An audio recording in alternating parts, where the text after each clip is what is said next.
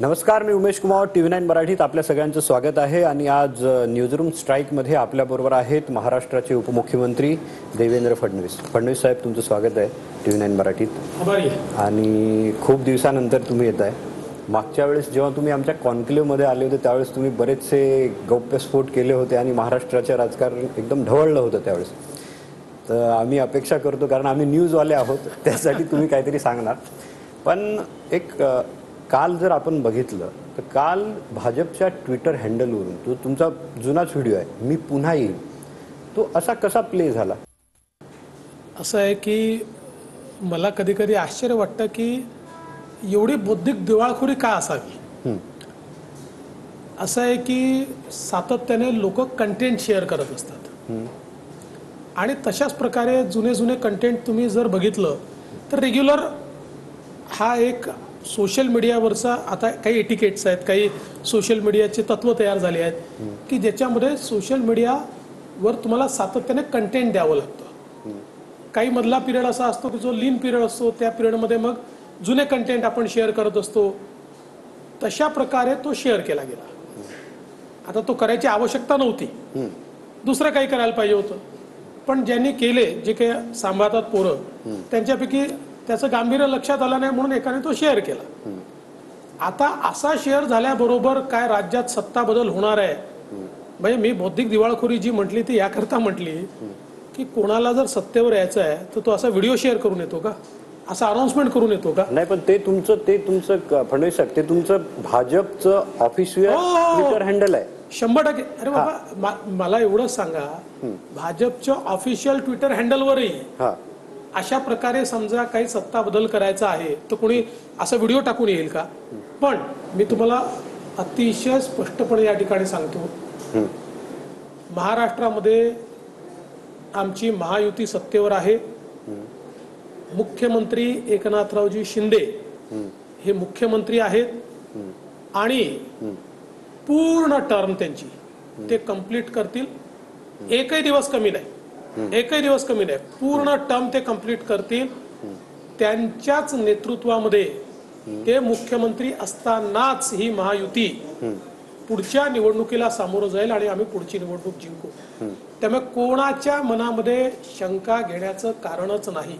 आणि म्हणूनच ज्यावेळेस अशा प्रकारच्या इनक्युअस व्हिडिओचा अशा प्रकारचं इंटरप्रिटेशन सुरू झाल्याचं लक्षात आलं, मला तर माहिती नव्हतं। मला कोणीतरी येऊन सांगितलं, म्हटलं डिलीट करा, त्यांना सांगितलं डिलीट करा। डिलीट केल्यामुळे उलट जास्त झालं ना। मग आज तुम्ही असं बोलता की चला सोशल मीडियावर आपल्याला व्हिडिओ टाकावे लागतात, हे ठीक आहे, मग डिलीट का केला? डिलीट केल्यामुळे उलट असं झालं की तुमच्यावर कोणाचा तरी दबाव आला किंवा भाजपवर दबाव आला, शिंदेंनी फोन केला, सगळीकडे त्या बातम्या आल्या की कुठून तरी शिंदे गटाकडून दबाव आला, मुख्यमंत्र्यांकडून दबाव आला म्हणून डिलीट केला।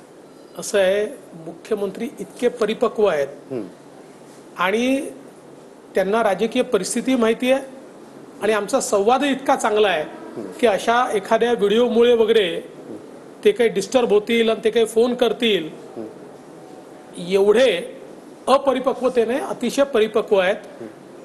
जाणीवपूर्वक काही लोकांनी ज्यावेळेस याचा खेळ करण्याचा प्रयत्न केला, बघा राज्यातली परिस्थिती आता काही अशी नाही आहे की आपण राजकीय असे विषय, ज्या विषयांमध्ये काहीच नाही असे विषय चालू द्यावेत।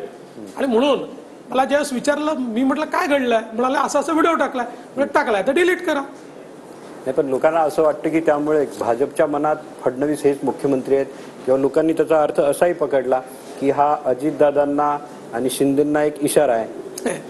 बघा, इशारा व्हिडिओ वगैरेच्या माध्यमातून दिला जात नाही। इशारा द्यायच्या वेगळ्या पद्धती असतात। इशारा द्यायची गरजच काय आहे? चांगलं नीट चाललेलं आहे, सरकार चाललेलं आहे, आम्ही सगळे सरकारमध्ये समाधानी आहोत आणि आमच्यासमोर खूप आव्हान आहेत, त्या आव्हानांचा आम्ही सामना करतो, महाराष्ट्राला पुढे नेण्याचा प्रयत्न करतो। अशा परिस्थितीमध्ये मला वाटत नाही की कोणाला इशारा देण्याची आवश्यकता आहे, नीट चाल। म्हणजे तुमचं असं म्हणणं आहे की सरकारमध्ये सगळं काही ऑलबेल आहे? 100%। सरकारमध्ये बघा, 3 पक्ष जेव्हा एकत्रित सरकार चालवतात, अडचणी असतात, मतमतांतर असतात, पण आज तरी अशी परिस्थिती नाही की या मतमतांतरांमुळे आम्ही दूर होऊ, आमच्यात भांडणं होतील, अशी मतमतांतर कुठेही नाही। चला ठीक आहे, तुम्ही आता हे बोलता तर मी तुम्हाला एक वक्तव्य दाखवतो अजितदादांचं आहे. म्हणजे त्याचं तुम्ही बोलता ऑलबेल आहे, पण ते वक्तव्य थोडंसं वेगळं वाटतं, ते मी तुम्हाला दाखवतो. इथे अजितदादांचं वक्तव्य आहे आणि 2 दिवसापूर्वीच आहे. Sir Delhi sir 2 minute Maratha आरक्षणासंदर्भात सीएम आणि डीसीएम गेलेले सर. ठीक आहे, ओके सर. मी सकाळी आलो तसा डायरेक्ट इथंच आलो, पुण्यावरून 10 वाजल्यापासून मी इथंच. माझा प्रश्न हा आहे की मग मुख्यमंत्री एक उपमुख्यमंत्री आहेत, दादाही दुसरे उपमुख्यमंत्री आहेत, मग तुम्ही दादांना विश्वासात नाही घेत का? मग ते असं कसं डायरेक्ट बोलतात की मला विचारून गेले का? ते काय चूक बोलले? असं आहे की पहिली गोष्ट तर हा इन्फरन्स तुम्ही काढलाय, म्हणजे जो कोणी विचारतोय त्यांनी की आम्ही कशा करता गेलोय, हा त्यांनी काढलेला इन्फरन्स आहे. बरोबर आहे. दादांनी सांगितलं मला माहिती नाही, ते बरोबरच, त्यांना माहित नव्हतं. कारण असं आहे की मी आणि मुख्यमंत्री आम्ही दोघं त्या ठिकाणी गेलो. जर एखादा विषय दादांशी संबंधित असता तर दादा देखील आमच्यासोबत आले असते. आता प्रश्न एवढाच आहे की समजा शिवसेनेची एक केस चाललेली आहे, एक राष्ट्रवादीची केस चाललेली आहे. शिवसेनेच्या केसच्या संदर्भात जर आम्हाला वकिलांची काही चर्चा करायची असेल किंवा त्या संदर्भातले काही निर्णय करायचे असतील, काही डॉक्युमेंट द्यायचे असतील, त्या संदर्भातली काही स्ट्रॅटेजी समजा शिवसेनेला मुख्यमंत्र्यांना ठरवायची असेल, तर त्याच्यामध्ये अजितदादांचं काही कामही असणार नाही, ते स्वतः येणार नाही, त्यांना नेण्याचं काही कारणही असणार नाही. उद्या अजितदादांच्या राष्ट्रवादीच्या केसच्या संदर्भात जर आम्हाला एखादं काम पडलं, एखादी चर्चा करायची असेल, त्याला मुख्यमंत्री येणार नाहीत, त्याला अजितदादा असतील. त्याच्यामुळे मला असं वाटतं अजितदादा जे बोलले ते अगदी करेक्ट आहे. उद्या मी पण अजितदादांच्या जागी असतो तर मी सांगितलं असतं ते गेले आहेत बाबा, मला माहिती नाही. त्याचा अर्थ असा निघतो की सरकारमध्ये कोऑर्डिनेशन नाही. एक मुख्यमंत्री आहेत, 2 उपमुख्यमंत्री आहेत आणि यांच्यामध्ये कोऑर्डिनेशन नाही असं. कारण की अशा बाईटमुळे लोकांना काय वाटतं, अरे यांनाही माहित नाही. हे बाईट काय, तुम्ही जाता जाता काहीतरी प्रश्न विचारता. हा, आता तुमचा माईक चालू आहे की नाही हे माहिती नाही आम्हाला, हा, आणि त्याच्यात काही बोललं की त्या उत्तराचे इन्फरन्सेस काढतात. उलट कधी कधी खरं येऊन जातं ना. म्हणजे आता बाईट चालू नसतं तर माणूस एखाद्या वेळेस खरं बोलतो. त्यांना माहितीच नाही तर ते काय सांगतील, नाहीच माहिती. असं आहे, दिवसभरात दादा काय करतात हे मला सांगून करत नाही. मी दिवसभरात काय करतोय मुख्यमंत्र्यांना सांगून करत नाही. मुख्यमंत्री दिवसभर काय करतात ते आम्हाला दोघांना सांगून करत नाही. जिथे एकत्रित येण्याची आवश्यकता आहे तिघांना, तिथे आम्ही एकमेकांशी शेअर करतो. दादा तुमच्या बरोबर कम्फर्टेबल आहेत का? 100% कम्फर्टेबल आहे. तुम्ही त्यांनाही विचारा, तेही सांगतील एकदम कम्फर्टेबल आहे. कारण की मागे ते असं झालं की मागे ते 2 मीटिंगला आले नव्हते, त्यानंतर ते नाराज झाल्याच्या बातम्या आल्या, त्यानंतर ते पालकमंत्री झाले. तर हे असं नाराज अगोदरही व्हायचे दादा राष्ट्रवादीत आणि त्यानंतर काही घटना घडायच्या, त्याच गोष्टी आता तुमच्या इथे व्हायला लागल्यात. असं आहे की दादांनी स्वतः सांगितलं होतं, दादांच्या म्हणजे घशाचा एवढा प्रॉब्लेम होता की आवाज देखील फोनवर देखील बोलू शकत नव्हते, म्हणून ते बैठकीला आले. आणि पालकमंत्र्यांचं आमचं आठवडाभर आधी ठरलं होतं, त्यानुसारच ते ट्विट झाले. आता कोइन्सिडन्स आहे की त्या दिवशी दादा बैठकीला आले नाहीत. समजा मला एवढंच सांगा की दादा कुठल्या कारणाने बैठकीत आले नसते, कुठल्या कारणाने, तर राष्ट्रवादीच्या मंत्र्यांनी उल्लेख तर केला असता बैठकीत, ऑब्जेक्शन तर घेतलं असतं, किमान आपला नेता आला नाहीये तर आपण काहीतरी निषेधाचं मांडलं पाहिजे असं तर केलं असतं. नाही केलं ना. याचं कारण त्यांनाही माहिती होतं की दादांची तब्येत ठीक नाही आहे, दादा बोलू शकत नाही आहे. आता प्रश्न कसा असतो, एक उदाहरण सांगतो तुम्हाला. युनिव्हर्सिटीतला कार्यक्रम होता आपल्या माननीय HM साहेबांचा. आता या कार्यक्रमांमध्ये इन्व्हायटी म्हणूनच दादा किंवा मी समोरच बसणार होतो. मला तर त्या दिवशी नागपूरला जावं लागलं. दादांनी HM साहेबांना विचारलं की माझा बारामतीतला कार्यक्रम आहे, मी त्याला जाऊ की तुमच्या कार्यक्रमाला थांबू. तर तिथे HM साहेबांनी त्यांना सांगितलं की तुम्ही कशाला थांबता, इथे छोटी पब्लिकमध्येच बसायचं, तुमचा कार्यक्रम होता. दुसऱ्या दिवशी बातम्या काय, अजितदादांनी गृहमंत्र्यांचा कार्यक्रम टाळला.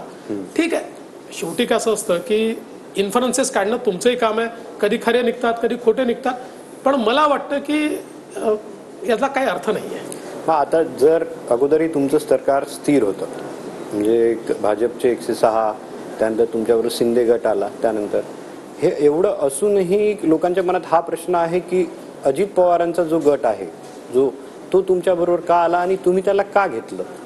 नाही, सरकार निश्चितपणे स्थिर होतच, पण राजकारणामध्ये शक्ती वाढवावीच लागते आणि तुमची शक्ती वाढवण्याकरता जर कोणी सोबत याला तयार असेल तर त्याला का घेऊ नये.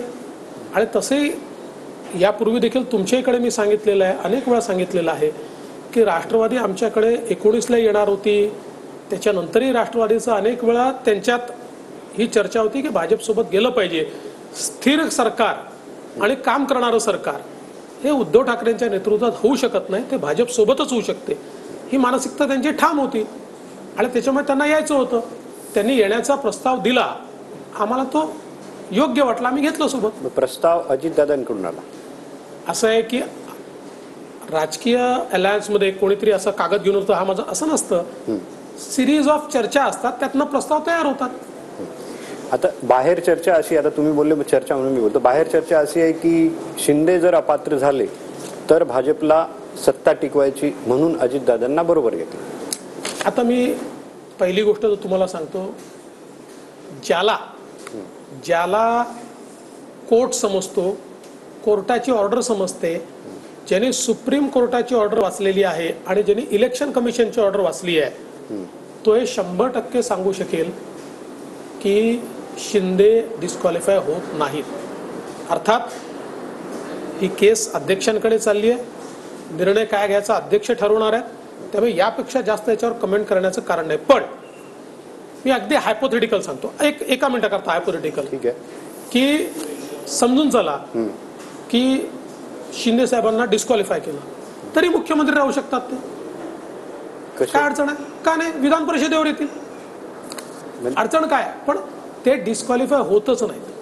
त्याच्यामुळे शिंदे साहेब डिस्क्वालिफाय होतील. आमच्याजवळ संख्या अशी आहे की कोणी डिस्क्वालिफाय झालं तरी प्रॉब्लेम नाही, पण आम्ही कायद्याच्या चौकटीत बसून काम केलं आहे. कायद्याच्या चौकटीत कुठेही तसूभरही कायद्याची चौकट आम्ही तोडलेली नाही. जे आहे विचारपूर्वक कायदा पाहून नियमात बसून केलाय, त्यामुळे आम्हाला यत्किंचितही भीती नाही. हे जे काही डिस्क्वालिफिकेशनच्या बातम्या चालवल्या जातात की नाही, त्या एकाच कारणाने चालवल्या जात आहेत की उद्धव ठाकरेजींना त्यांचा उर्वरित पक्ष हा एकत्रित ठेवायचा आहे आणि तो एकत्रित ठेवण्याकरता काही ना काही लोकांना आशा दाखवावी लागते. ती आशा ते दाखवतात, बघा हे डिस्क्वालिफाय होणार आहे, बघा हे डिस्क्वालिफाय होणार आहे, मग आपलंच आहे, अशी ही जी आशा ते दाखवतात ती भाबडी आशा आहे. त्यांच्या लोकांच्या आता लक्षात, सुरुवातीला त्यांच्या लोकांना खरं वाटायचं, आता त्यांच्या लक्षात आलं की हे काही होणार नाहीये, हे सरकार पूर्ण वेळ चालणार आहे, हे त्यांच्या लोकांना आता माहिती. म्हणजे तुम्ही आज हे क्लिअर केलं की लोकांच्या डोक्यात जे होतं की जर अपात्र झाले शिंदे तर ते मुख्यमंत्री पदावरून जातील. भाजपचा एक बी प्लॅन आहे त्यात की ते विधान परिषदेवर येतील. नाही, बी प्लॅन काय? बी प्लॅनची गरजच नाही आहे. There is no B plan, there is only a plan. आणि तो ए प्लॅन आहे शिंदेच मुख्यमंत्री राहतील आणि ते डिस्क्वालिफाय होणार नाहीत याची आम्हाला पूर्ण खात्री आहे, कारण आम्ही कायद्याचा अभ्यास केलेला आहे. म्हणजे अजितदादाही बी प्लॅन नाही, याचा दुसरा अर्थ हाही होतो ना की आता तुम्हाला सांगतो, तुम्हाला अजितदादांना जरी तुम्ही बोललात तरी ते तुम्हाला हेच सांगतील की ज्यावेळी अजितदादा सोबत आले त्यावेळेस त्यांना 100% क्लॅरिफाय करून सांगितलेलं आहे की मुख्यमंत्री एकनाथराव शिंदेच राहतील आणि त्यांनी ते मान्य केलेलं आहे. हाच माझा पुढचा प्रश्न होता की भाजपने अजितदादांना काही शब्द दिलेला आहे का की काही झालं तर ते मुख्यमंत्री होतील किंवा तुमचा गट आला तर तुम्ही अजितदादा मुख्यमंत्री म्हणून? आम्ही त्यांना उपमुख्यमंत्री करण्याचा शब्द दिला होता, तो आम्ही पूर्ण केलेला आहे. पण त्याच वेळी त्यांना हे सांगितलं होतं की मुख्यमंत्री एकनाथराव शिंदेच राहतील. पहिल्याच सभेत मग दादांनी असं का सांगितलं की मलाही मुख्यमंत्री बनायचं? नाही, त्याला काय अडचण आहे? असं आहे, अजितदादा एक अनुभवी नेते आहेत, सर्वात जास्त काळ उपमुख्यमंत्री राहिलेले नेते आहेत, त्यामुळे महाराष्ट्राबद्दल त्यांच्या काही संकल्पना असू शकतात, मुख्यमंत्री म्हणून त्यांची काही स्वप्न असू शकतात, त्याबद्दल बोलणं चुकीचं नाही आहे. पण अजितदादा हे मॅच्युअर्ड पॉलिटिशियन आहेत, त्यांना वस्तुस्थिती समजते. त्यामुळे त्यांनी ज्यावेळेस असा प्रश्न त्यांना विचारला त्यावेळेस त्यांनी सांगितलं मुख्यमंत्री हा किती तुमच्याजवळ लोक आहे याच्या आधारावर ठरतात हे मला समजतं, हे त्यांनी सांगितलेलं आहे. आता थोडंसं यावर एकच प्रश्न आहे माझा की पवार साहेब नेहमी हे गोष्ट बोलतात की माझ्याकडे एक गट आला होता त्यांच्याच ह्याच्यातला, तो नेहमी मला बोलायचा की आमच्यावर दबाव आहे, ईडीचा दबाव आहे वगैरे आणि आम्हाला तिकडे जायचं आहे. असं आहे, मी प्रश्न विचारतो वळसे पाटलांवर कुठला ईडीची चौकशी आहे? नाही आहे. असे हे जे काही 42 लोक आलेले आहेत याच्यापैकी 42-45 जे काही असतील आता, म्हणजे 1-2 लोकांचं अजूनही समजत नाहीत इकडे आहेत की तिकडे आहेत, पण जे काही आलेले आहेत किती लोकांवर आहे?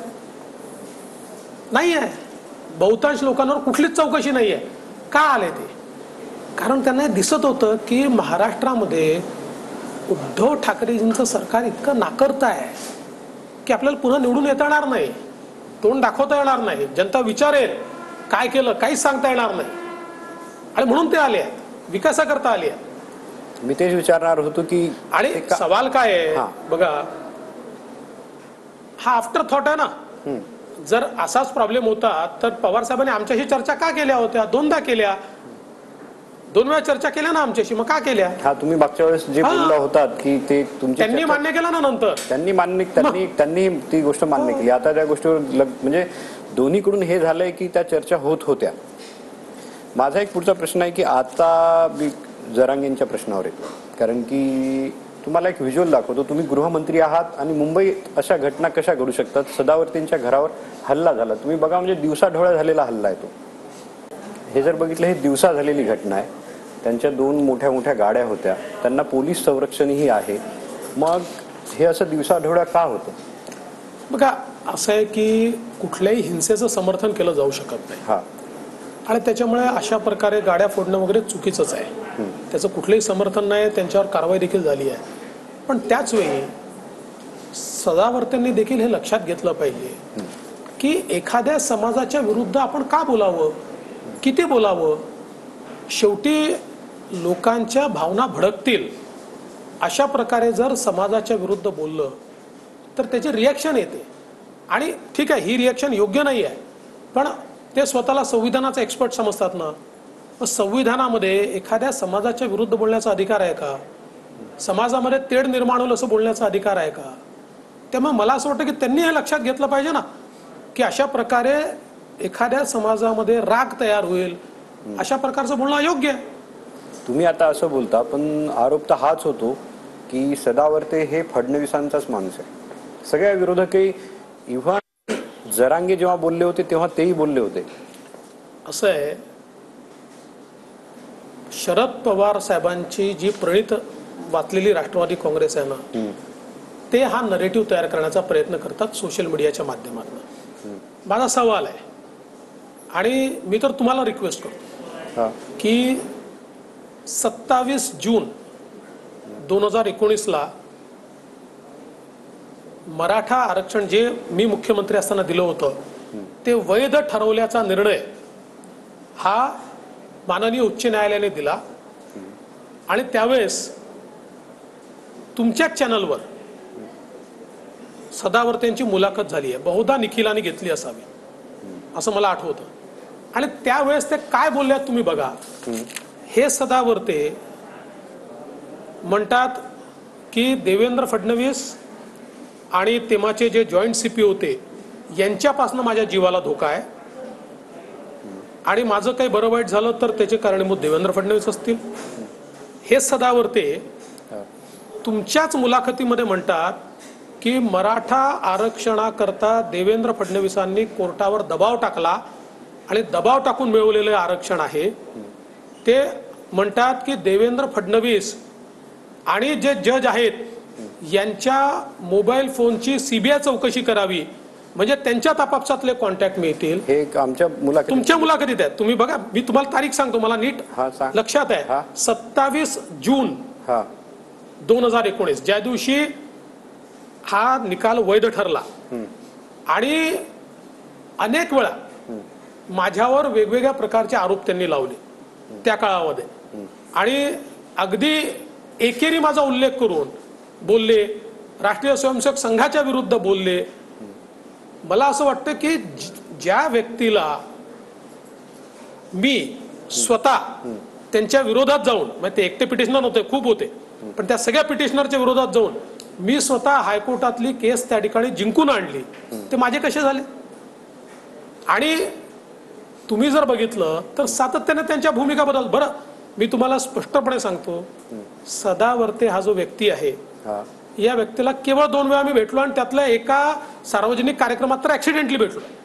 अच्छा, माझी कधी भेटही नाही त्याच्यावर त्याच्यावर. त्याने टीका केली. मी माझ्या आता तुम्ही सांगता तुम्ही तुम्ही इथेच बघा ना, आहात, मी इथेच 100% आहे. मी का आमच्या टीमला सांगतो की आपल्याकडे जर तो बाईट असेल 2019चा तर थोड्या वेळाने काढावा, आम्ही प्ले करू, तो नक्की प्ले नक्की करू. नक्की तुम्ही आणि बघा. तुम्ही त्याच्यामुळे हा, हे मला पूर्ण करू द्या. हा नरेटिव्ह हा, चालवण्याचा प्रयत्न जे लोक आरक्षण देऊ शकले नाहीत, आणि मी आरक्षण दिलं होतं आणि मी ते हायकोर्टात टिकवलं होतं. बघा, एक गोष्ट लक्षात ठेवा की एकच आरक्षण हायकोर्टात टिकलं, हो, ते म्हणजे मराठा आरक्षण होतं. आणि जोपर्यंत मी मुख्यमंत्री होतो तोपर्यंत सुप्रीम कोर्टात 6 महिने ते चाललं. पण मी मुख्यमंत्री असेपर्यंत सुप्रीम कोर्टाने स्थगिती दिली नाही. त्याच्यानंतर सुप्रीम कोर्टात काय घडलं हे आपण सगळ्यांनी बघितलं. आपले वकील सांगायचे आम्हाला ट्रान्सलेशन मिळालं नाही, आपले वकील सांगायचे आम्हाला काही आदेश मिळाला नाही. आपल्या वकिलांनी स्वतः त्या ठिकाणी स्टेटमेंट केलं की आम्ही भरती थांबवतोय, ज्याच्यामुळे शेवटी आम्हाला सुपरन्युमररी पोस्ट तयार करून लोकांना घ्यावं लागलं. हे सगळं उघड्या डोळ्यांनी बघितलेलं आहे सगळ्यांनी. त्यामुळे जेव्हा एखाद्याला क्रेडिट देता येत नाही त्यावेळेस त्याला डिस्क्रेडिट करण्याचा प्रयत्न हा चाललेला आहे. आणि माझं मत असं आहे की अशीच कोणीतरी जरांगेंना किंवा इतर लोकांना देखील अशाच प्रकारे हे सांगितलेलं दिसतंय. माझा काही त्या सदावर्तींशी संबंध देखील नाही. आणि मी स्पष्टपणे सांगतो की ते जे काही बोलतात त्याला माझं बिलकुल समर्थन नाही, ते असमर्थनीय आहे. तुम्हाला टार्गेट का केलं जातं? असं आहे, मला टार्गेट करण्याचं एकच कारण आहे. बघा, मराठा आरक्षणाची लढाई केव्हा सुरू झाली? 1980 साली. साधारणपणे 82-83 साली आपल्याला कल्पना आहे की अण्णासाहेब पाटलांनी स्वतःचा जीव त्याच्याकरता दिला, मराठा आरक्षणाकरता. तेव्हापासून ही लढाई चालली आहे. पण पहिल्यांदा आरक्षण हे मी दिलं कायद्याने, आणि कायद्याने आरक्षण दिल्यानंतर ते हायकोर्टात टिकवून दाखवलं. इतर कोणी ते केलं नाही. ठीक आहे. आणि एवढंच नाही तर त्यावेळेस मी सांगितलं की आरक्षण सगळ्यात महत्वाचं आहेच, पण आरक्षणाने सगळ्या समस्या सुटणार नाहीत. कारण आपण जर विचार केला तर वर्षाला सरकारी नोकऱ्या 30,000, यातनं अगदी 10% आरक्षण समजलं तर 3,000. 3,000 नोकऱ्यांनी मराठा समाजाचं भलं होईल का? त्या महत्वाच्या, त्या मिळाल्याच पाहिजेत, त्याबद्दल दुमत नाहीच आहे. आणि म्हणून मग मी सांगितलं की अण्णासाहेब पाटील आर्थिक विकास महामंडळ सक्षम केलं पाहिजे, त्याला निधी दिला पाहिजे, आणि ते मी केलं. आज 70,000 उद्योजक, मराठा उद्योजकांना 5,000 कोटी रुपये बिनव्याजी. प्रश्न आहे की तुम्हाला टार्गेट का केले? मी त्याचं उत्तर देतो, तुम्ही ऐकून घ्या पूर्ण, त्यातनंच तुम्हाला उत्तर लक्षात येईल. 5,000 कोटीचं कर्ज हे त्या ठिकाणी त्यांना त्या ठिकाणी प्राप्त झालं. 70,000 उद्योजक उभे राहिले. त्यांनी 2-2 लोकांना जरी एम्प्लॉयमेंट दिली असेल तरी 2 लाख लोकांना एम्प्लॉयमेंट त्या ठिकाणी मिळाली. त्यावेळेस मी निर्णय दुसरा केला की सारथी सारखी संस्था काढली. या संस्थेतनं आज IAS IPS होत आहेत, MPSCत पास होत आहेत, वेगवेगळ्या योजना त्याच्यातनं चाललेल्या आहेत. त्यावेळेस दुसरी एक योजना मी सुरू केली की सरकारी कॉलेजेसमध्ये सीट किती आहेत? आरक्षणातनं सरकारी कॉलेजच्या सीट मिळतात, त्या कमी आहेत. इंजिनिअरिंग आणि मेडिकलमध्ये सरकारी सीटच्या 10 पट या प्रायव्हेट कॉलेजेसमध्ये सीट आहेत. तर मग मुलांना 50% फी मराठा समाजाच्या ही OBC प्रमाणे प्रायव्हेट कॉलेजमध्ये देण्याचा निर्णय मी त्या ठिकाणी घेतला. ज्या मुलांना हॉस्टेलमध्ये जागा मिळत नाही त्यांच्याकरता रहिवासी भत्त्याची योजना मी सुरू केली. अशा अनेक योजना सुरू केल्या. परिणाम काय झाला? परिणाम असा झाला की अनेक लोक जे मराठा समाजाच्या नावाने राजकारण करत होते त्यांना लोक विचारायला लागले, तुम्ही का केलं? आतापर्यंत काय केलं तुम्ही? इतके तुम्ही आमच्या समाजाचे इतके मोठे मोठे नेते आहात, पण तुम्ही काय केलं? आणि म्हणून मग अशाच लोकांनी मला डिस्क्रेडिट कसं करता येईल म्हणून मला टार्गेट करण्याचा प्रयत्न ते करतात. आणि त्यांना हे माहिती आहे ना, शेवटी मी काय माझी जात बदलू शकत नाही आणि बदलायचं कारणही नाही. हे अख्ख्या महाराष्ट्राला माहिती आहे की मी ब्राह्मण आहे आणि ते बदलायचं कारणही नाही आहे. पण त्यांना असं वाटतं की हा सॉफ्ट टार्गेट आहे, त्यामुळे याला टार्गेट करा. पण मी एक गोष्ट सांगतो, मी जे केलंय हे लोकांच्या समोर आहे. आणि इतके वर्ष म्हणजे 80 पासनं तर 2017 27 वर्ष 37 वर्ष त्यांचा नाकर्तेपणा देखील आहे.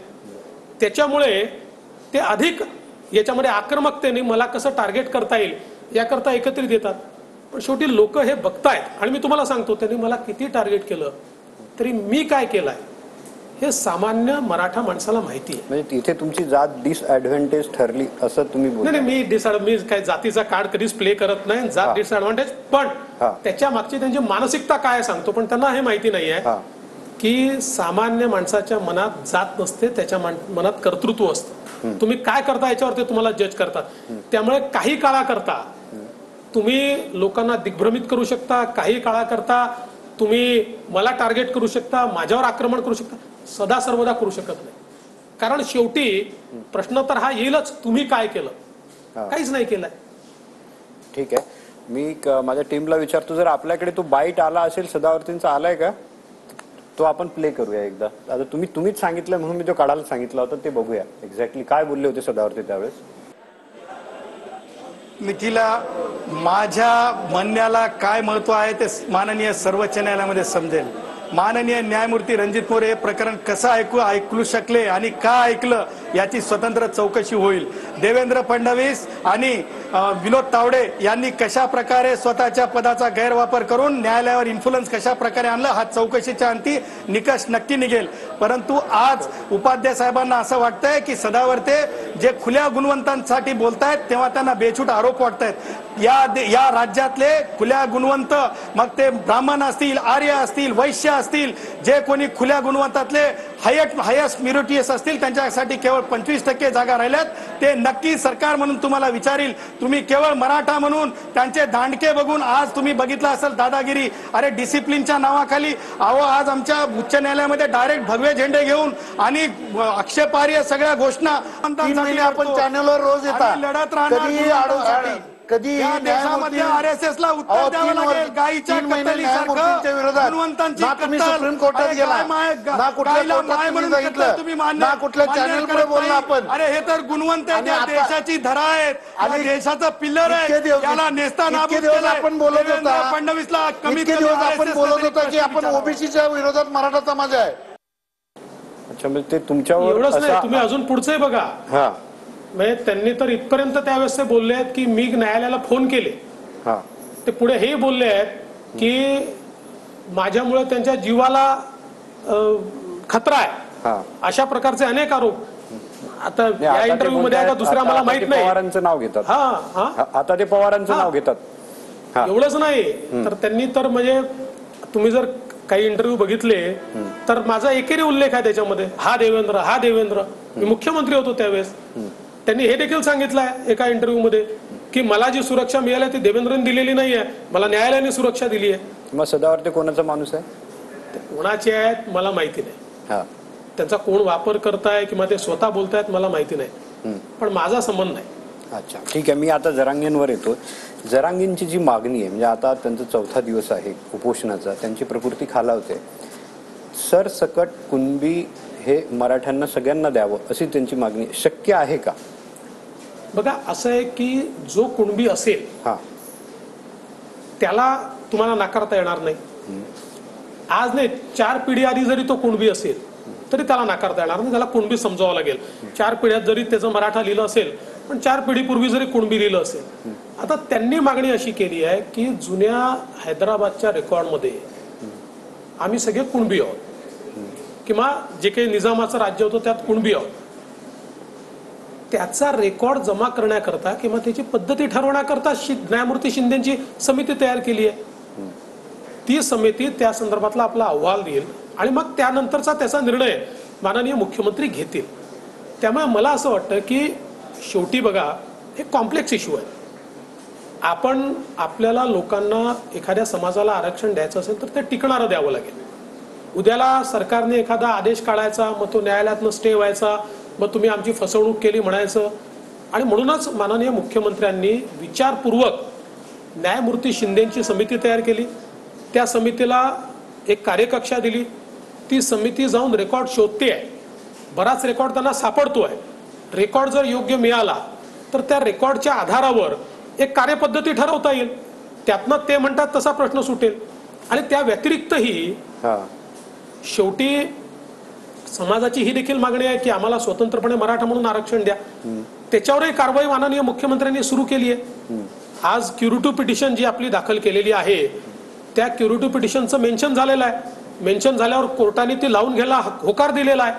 त्याच्यामुळे सगळ्या पद्धतीने माननीय मुख्यमंत्री महोदय मराठा आरक्षणाकरता प्रयत्न करतात. आणि मी अगदी स्पष्ट सांगतो की मराठा आरक्षण देणं हे आमच्या सरकारची प्राथमिकता देखील आहे. ते आमचं कमिटमेंट देखील आहे. त्याच्यावर आम्ही काम देखील करतोय. आता प्रश्न एवढाच आहे की ते उद्याच होईल का, परवाच होईल का, तोच प्रश्न आहे. जर एवढा तुम्ही आता अगोदर बोलले की हा इश्यू कॉम्प्लेक्स आहे.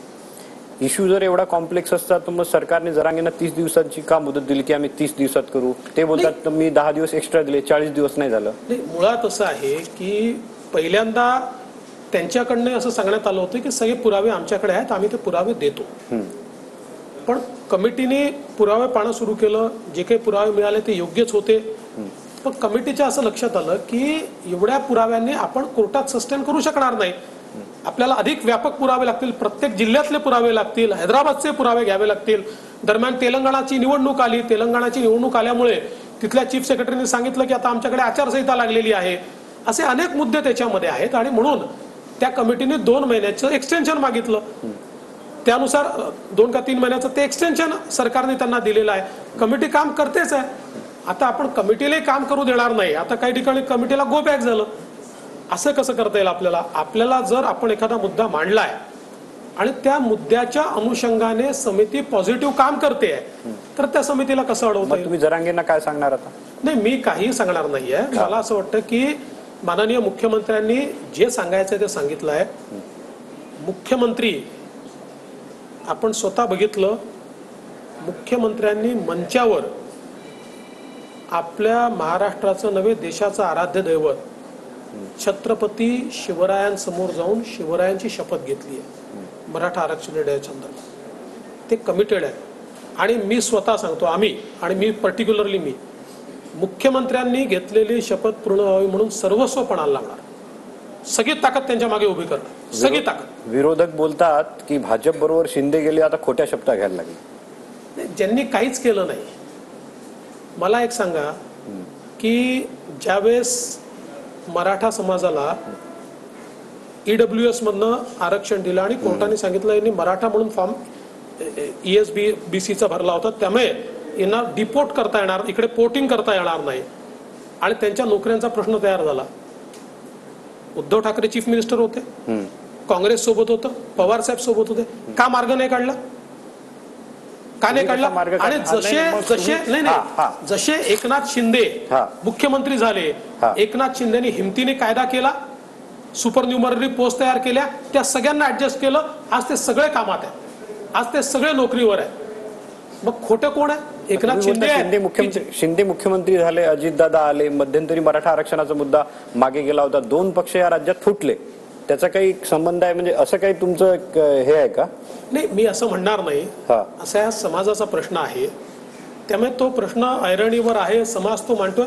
पण हे देखील तेवढंच खरं आहे की काही लोकांना, काही राजकीय पक्षांनाही अपॉर्च्युनिटी वाटते आणि ते मग आंदोलनकर्त्याच्या खांद्यावर बंदूक ठेवून आपली गोळी चालवण्याचा प्रयत्न करतात. मी एक उदाहरण म्हणून सांगतो. मला हे सांगा की उद्धव ठाकरेंच्या शिवसेनेने कधीतरी आरक्षणाला पाठिंबा दिला का. नाही दिला. आणि ज्यावेळेस इतके मराठा मोर्चे निघत होते त्यावेळी काय छापलं त्यांनी सामनामध्ये. त्या मोर्चांना, मूक मोर्चांना त्यांनी काय म्हटलं. आणि आता ते बोलतायत या महाराष्ट्रामध्ये त्या काळामध्ये मंडल कमिशनला विरोध करणारे कोण होते. भाजप नव्हती. भाजपने समर्थन दिलं होतं, शिवसेनेने विरोध केला होता. त्याच्यामुळे मला असं वाटतं की आता सोयीची भूमिका मांडायची, स्वतः काही मांडा ना सोयीची भूमिका, पण आपल्या हाती जेव्हा असतं तेव्हा काही करून दाखवा ना. तुम्ही मराठ्यांचं आरक्षण घालवलं, सुप्रीम कोर्टामध्ये तुमच्या नाकर्तेपणामुळे ते गेले आणि परत तुम्हीच या ठिकाणी बोलणार, हे तर आश्चर्यच आहे. मग तुम्ही कसं देणार. तुम्ही कसं देणार सांगितलं ना मी. आम्ही कसं देणार. शेवटी आपण जी काही कमिटी तयार केली होती जस्टिस भोसलेंची, त्या जस्टिस भोसलेंच्या कमिटीने सांगितलेलं आहे की सुप्रीम कोर्टाने जे काही डेफिसिट पॉइंट आउट केले आहेत ते डेफिसिट पूर्ण करण्याची संधी देखील दिली आहे सुप्रीम कोर्टाच्या ऑर्डरमध्ये.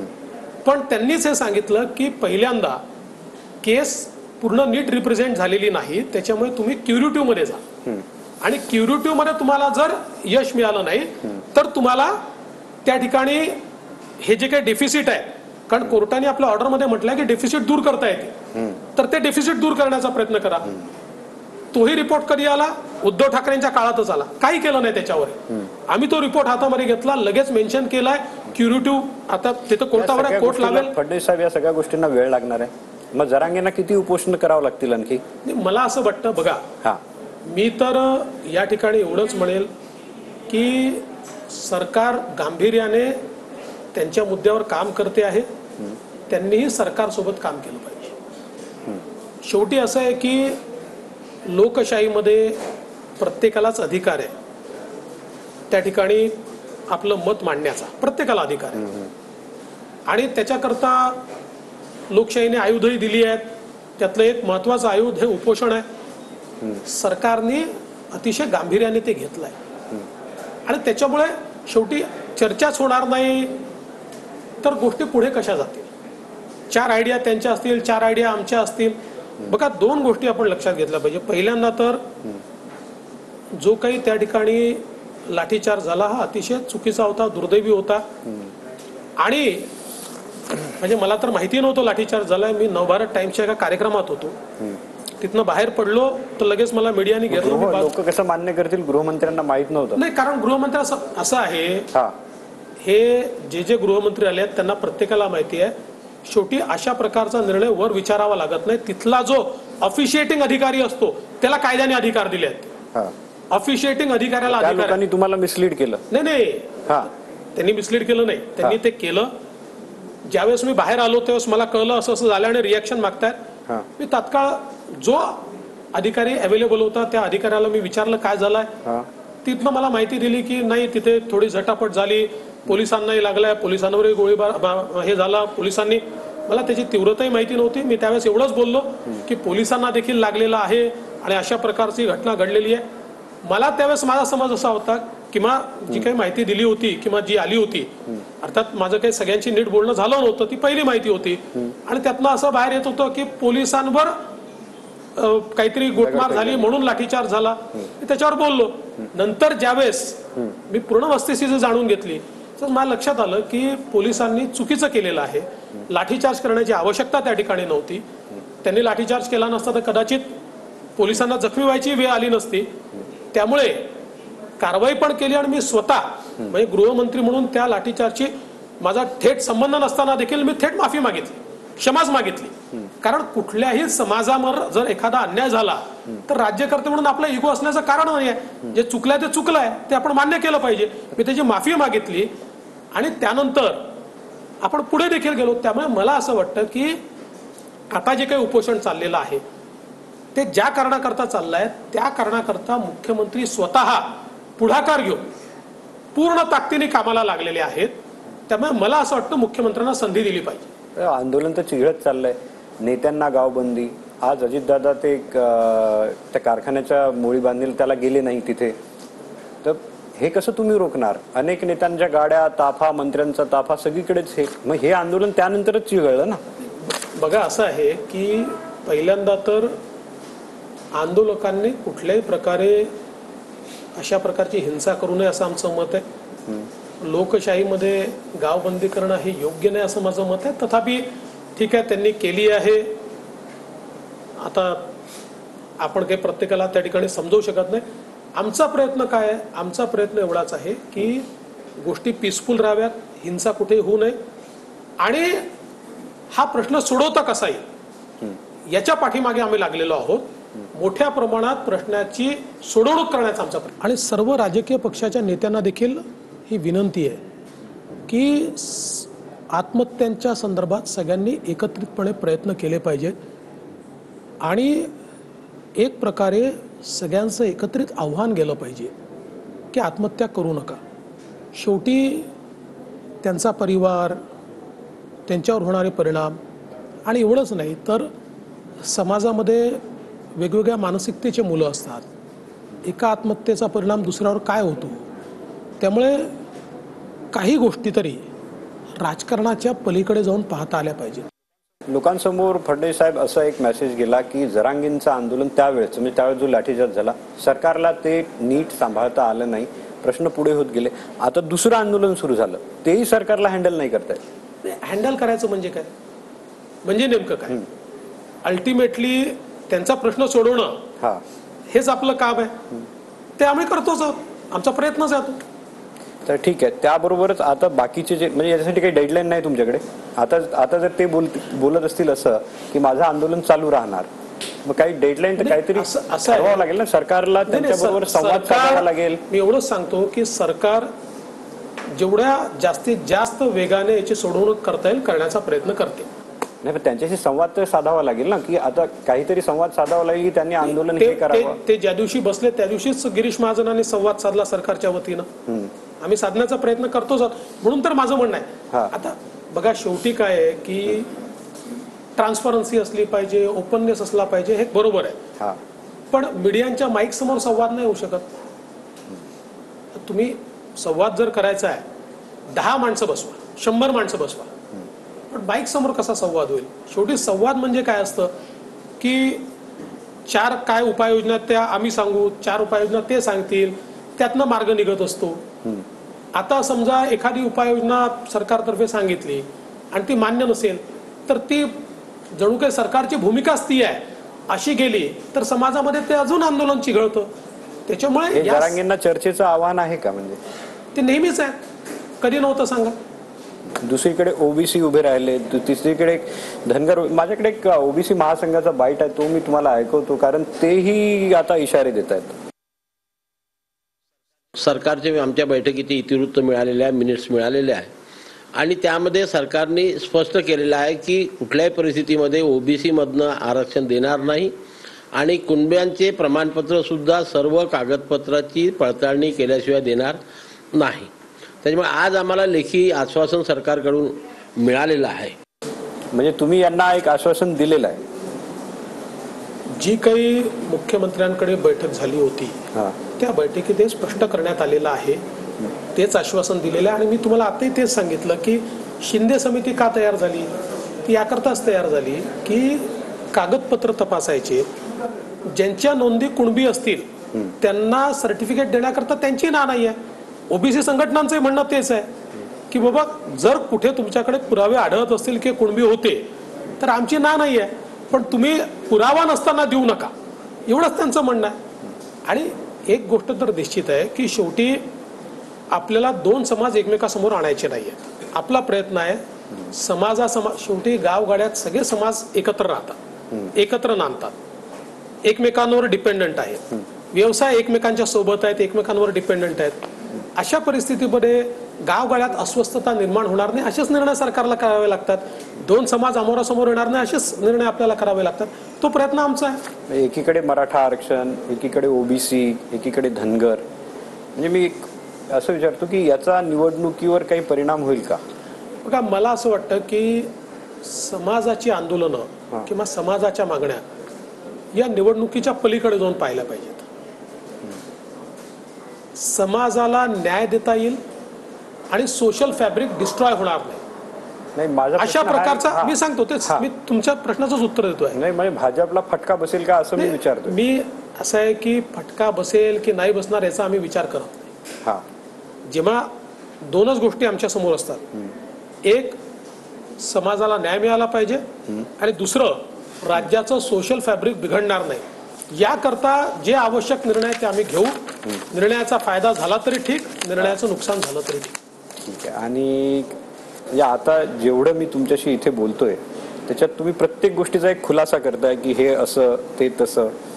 तर म्हणजे असं वाटतंय की आता देवेंद्र फडणवीस हे खुलासा उपमुख्यमंत्री झाले, ते फक्त खुलासेच करतात. म्हणजे मला वाटतं कंत्राटीवरही तुम्हीच खुलासा केला, तुमचा विषय होता नव्हता जो असेल तो. असं आहे की मी नाही, राज्यात उद्योग येत नाही, हा त्यात आणखी ऍडिशन, राज्यात उद्योग येत नाही त्यावरही तुम्हीच खुलासा केला, म्हणजे नवीन नाव द्यायचं काय आणि खुलासा उपमुख्यमंत्री नाही फडणवीस. नाही, असं नाहीये. शेवटी आमची सामूहिक जबाबदारी आहे. मुख्यमंत्री जे सांगतात तेच मी करतो. या कंत्राटी याच्यावर मुख्यमंत्र्यांची माझी चर्चा झाली आणि मुख्यमंत्र्यांच्या हे मी निदर्शनास आणून दिलं की या संदर्भात टेंडर काढलं महाविकास आघाडीने, निकष ठरवले महाविकास आघाडीने, चर्चा केल्या महाविकास आघाडीने, त्याला मान्यताही दिली महाविकास आघाडीने. आपलं सरकार आलं, आपल्या कॅबिनेट समोर आलं, आपण रुटीन कोर्समध्ये त्याला मान्यता दिली. नंतर आपल्या लक्षात आलं की 25% ते हाईप्ट आहे, तर आपण परत कॅबिनेटला घेऊन त्याचे भाव कमी केले. हा निर्णय तर काही आपला नाहीये. आणि मी तुम्हाला स्पष्टपणे सांगतो की कंत्राटीच्या संदर्भात मी जे मांडलं ती मी यांची दुटप्पी भूमिका मांडली. कारण मी सांगितलं 2003 पासून कंत्राटी सुरू केली, त्याच सरकारने सुरू केली. आमच्या सरकारमध्ये चालली ना, मी असं बिलकुल म्हटलं नाही की आमच्या सरकारमध्ये बंद होती. मी सांगितलं 2014ला ज्या एजन्सीज अपॉइंट केल्या होत्या तेव्हाच्या सरकारने, आमच्याही काळात त्यांनीच काम केलेलं त्या एजन्सीजनी. त्यामुळे आम्ही काही बंद केलं होतं असं मी कधीच म्हटलं नाही. पण हे जे काही जणू काही आमचं सरकार आलं ना, आता आम्ही महाराष्ट्राचं कंत्राटीकरण करतोय, हा जो काही भास निर्माण करणार त्याचा मी बुरखा फाडला. हे तुमचेच निर्णय आहे, तुमचेच निर्णय. आणि आम्ही तर रद्द केला. आम्ही सांगितलं ठीक आहे, महाराष्ट्रामध्ये जर हे जे काही 9 एम पॅनल केले आहेत यातनं असा भाव जात असेल की आता महाराष्ट्राचं कंत्राटीकरण होत आहे, तर आम्हाला त्याची आवश्यकता नाहीये. त्यामुळे ते आम्ही त्या ठिकाणी तो GR रद्द, म्हणजे आता येत्या 2-3 दिवसात त्याचा नवीन GR देखील निघेल, कारण त्याची प्रोसेस चाललेली आहे. आता मुख्यमंत्र्यांनी मला सांगितलं की तुम्ही अनाऊन्स करा, तुम्हाला याचा अभ्यास आहे, म्हणून मी अनाऊन्स केलं त्या संदर्भात. किंवा जेव्हा खोट्या गोष्टी पसरवल्या जातात, आता काल परवा बघा, ही एक मोडस ऑपरेंडी बघा, ही तुम्हाला मी म्हणजे संपादकांनीही थोडं कॉशियस राहिलं पाहिजे असं माझं मत आहे. मोडस ऑपरेंडी बघा, एका वृत्तपत्रात बातमी छापून आणली की महाराष्ट्रातलं 17,000 कोटीचे उद्योग हिऱ्याचे का ज्वेलरीचे हे गुजरातला जाणार किंवा गेले. सोर्स काय सोर्स आहे? काही सोर्स नाही, नो सोर्स. आणि लगेच इकोसिस्टम चालू. मग आदित्य ठाकरे, मग आमच्या सुप्रिया ताई. माझा त्यांना सवाल आहे, मला दाखवा. उलट महाराष्ट्रातनं उद्योग तर गेलाच नाही. परवा मी स्वतः देशातला सगळ्यात मोठी इंडस्ट्री आहे मलाबार गोल्ड, याच्यातली सर्वात मोठी देशातली, त्यांनी परवा माझ्या हस्ते त्यांच्या ग्लोबल बिझनेसचं हेड ऑफिस मुंबईला उघडलं आणि घोषणा केली की महाराष्ट्रामध्ये 1700 कोटी रुपयाची गुंतवणूक आम्ही करतोय. आज महाराष्ट्रामध्ये जेम्स अँड ज्वेलरी 2 पार्क आपण तयार केले, खासगी एक सरकारचा आहे, सरकारने जागा दिली आहे. इतकी मोठी इन्व्हेस्टमेंट तिथे येते. आणि एवढंच नाही तर आता या जेम्स अँड ज्वेलरी क्षेत्रातले हुज हू हे त्या ठिकाणी येत आहे. आणि समजा गुजरातमध्ये त्यांनी एखादा पार्क तयार केला, तो काय आज झाला का? तुमच्या काळातच झालाय. तुम्ही जेव्हा महाराष्ट्रात होतात तेव्हा ते गुजरातमध्ये पार्क तयार करत होते, त्यांनी केला. आपल्याकडनं बरं, हे मी म्हणतो असं नाही, भारत डायमंड बुर्सच्या लोकांनी सांगितलं की एकही इंडस्ट्री इथनं गेली नाही, जाणार नाही. कारण एक गोष्ट लक्षात ठेवा, ते इन्फ्रास्ट्रक्चर तिथे तयार करू शकतात पण मुंबई नाही तयार होऊ शकत. महाराष्ट्र तयार, महाराष्ट्रातलं जे बिझनेस ॲटमॉस्फिअर आहे, मुंबईतली जी व्हायब्रन्सी आहे, आणि शेवटी एक्सपोर्ट ओरिएंटेड युनिट्स असतात, ते एक्सपोर्ट मुंबईहून होतो.